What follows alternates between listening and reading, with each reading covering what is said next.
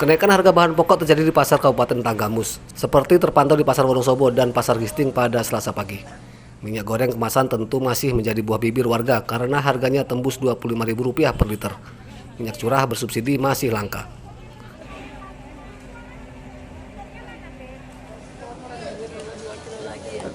Harga cabai seluruh jenis kompak naik Rp10.000 dibanding pekan lalu. Cabai merah yang sebelumnya dijual Rp75.000 kini menjadi Rp85.000 per kilogram. Harga cabai rawit naik menjadi Rp90.000 per kilogram.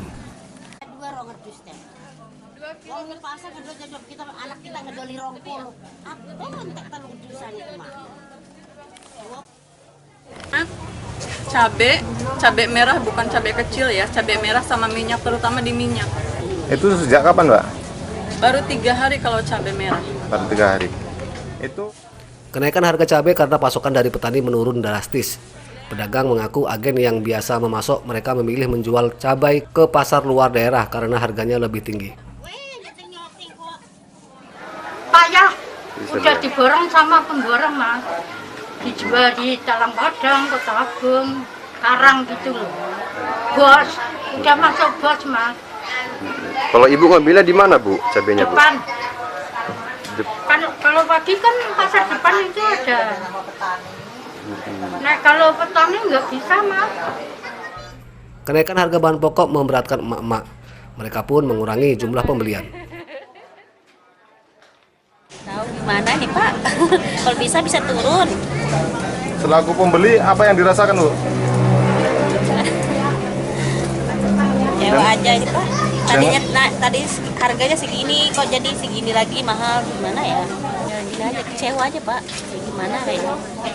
Memang Para pedagang dan pembeli meminta pemerintah menurunkan harga bahan pokok.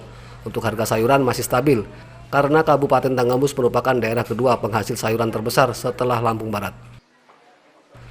Andri Kurniawan melaporkan dari Tanggamus.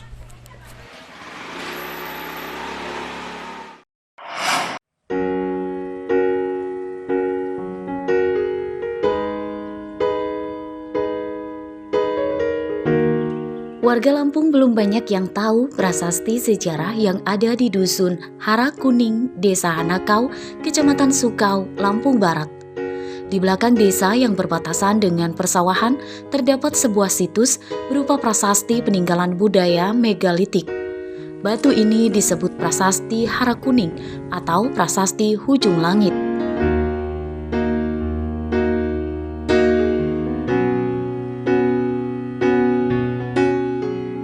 Sayangnya, situs bersejarah ini terbengkalai dan tidak terurus. Meski dipayungi rumahan kecil, namun lingkungan di sekitar prasasti kotor.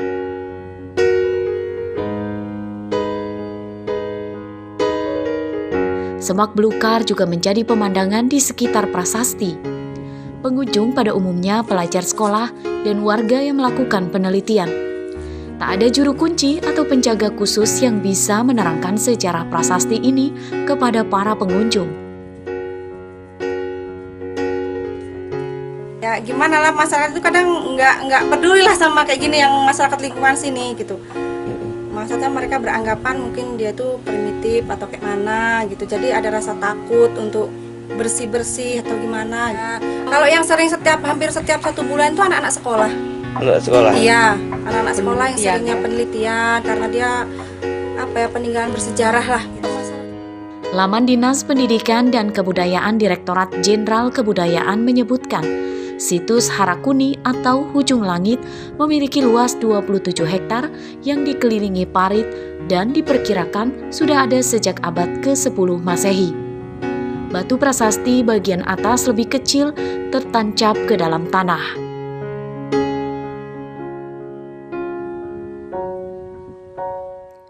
Prasasti berdiri dari 18 baris tulisan yang digoreskan pada permukaan batu yang menghadap ke utara. Tulisan sudah sangat halus berhuruf Jawa kuno dan Melayu. Prasasti simbol penetapan sebidang tanah di Hujung Langit sebagai Sima oleh Pungku Haji Yuwarajaya Sri Hari Dewa untuk dipergunakan membiayai pemeliharaan suatu bangunan suci. Rosandi melaporkan dari Lampung Barat.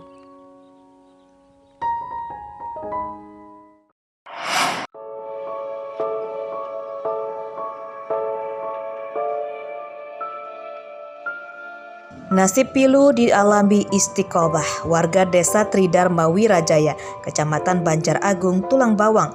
Wanita 27 tahun yang memiliki 1 anak itu terpaksa dirantai keluarganya karena mengalami gangguan jiwa sejak 5 bulan lalu.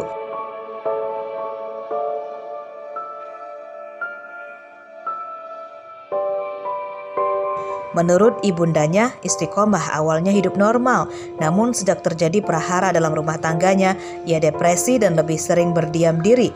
Sejak itu Istiqomah mulai sering mengamuk dan menghancurkan barang-barang.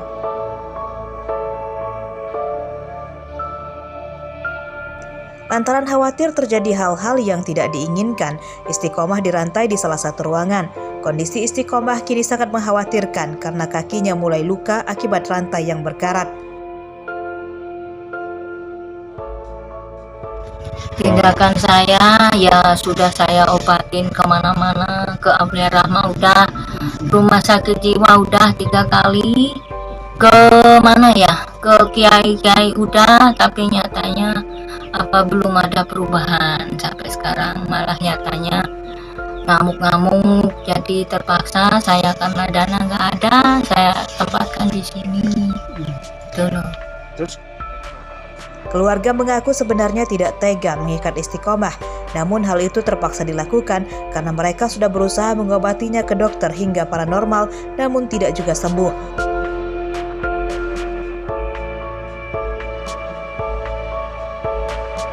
Keluarga meminta pemerintah membantu mengobati Istiqomah.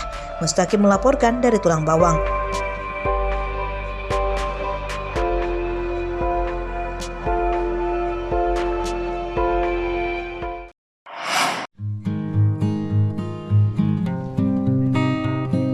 Petani kota Bandar Lampung mulai mengembangkan budidaya buah jeruk dekopon. Jeruk asal Jepang itu harganya tinggi mencapai Rp60.000 per kilogram. Di antaranya Rantawan Syah, warga Raja Basaraya, Bandar Lampung. Ia mengaku baru sekali panen jeruk dekopon dengan hasil total sekitar 4 kuintal. Ia memiliki 50 batang pohon yang ditanam di kebun dan sekitar usaha kolam pemancingannya.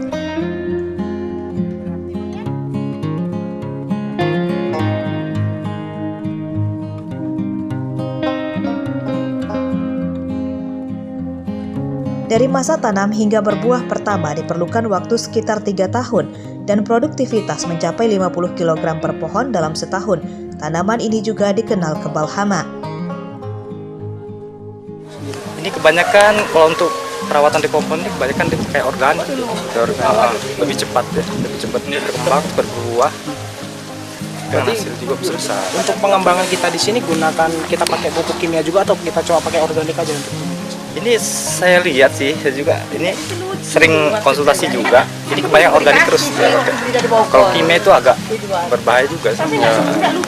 Kalau untuk di sini tadi itu sekitar 60.000 per kilo. Budidaya jeruk dekopon milik Rantawan Syah sudah disambangi Kepala Dinas Pertanian Bandar Lampung. Dinas Pertanian akan mengembangkan budidaya jeruk dekopon ke petani di seluruh kecamatan dan membantu mencarikan pasarnya.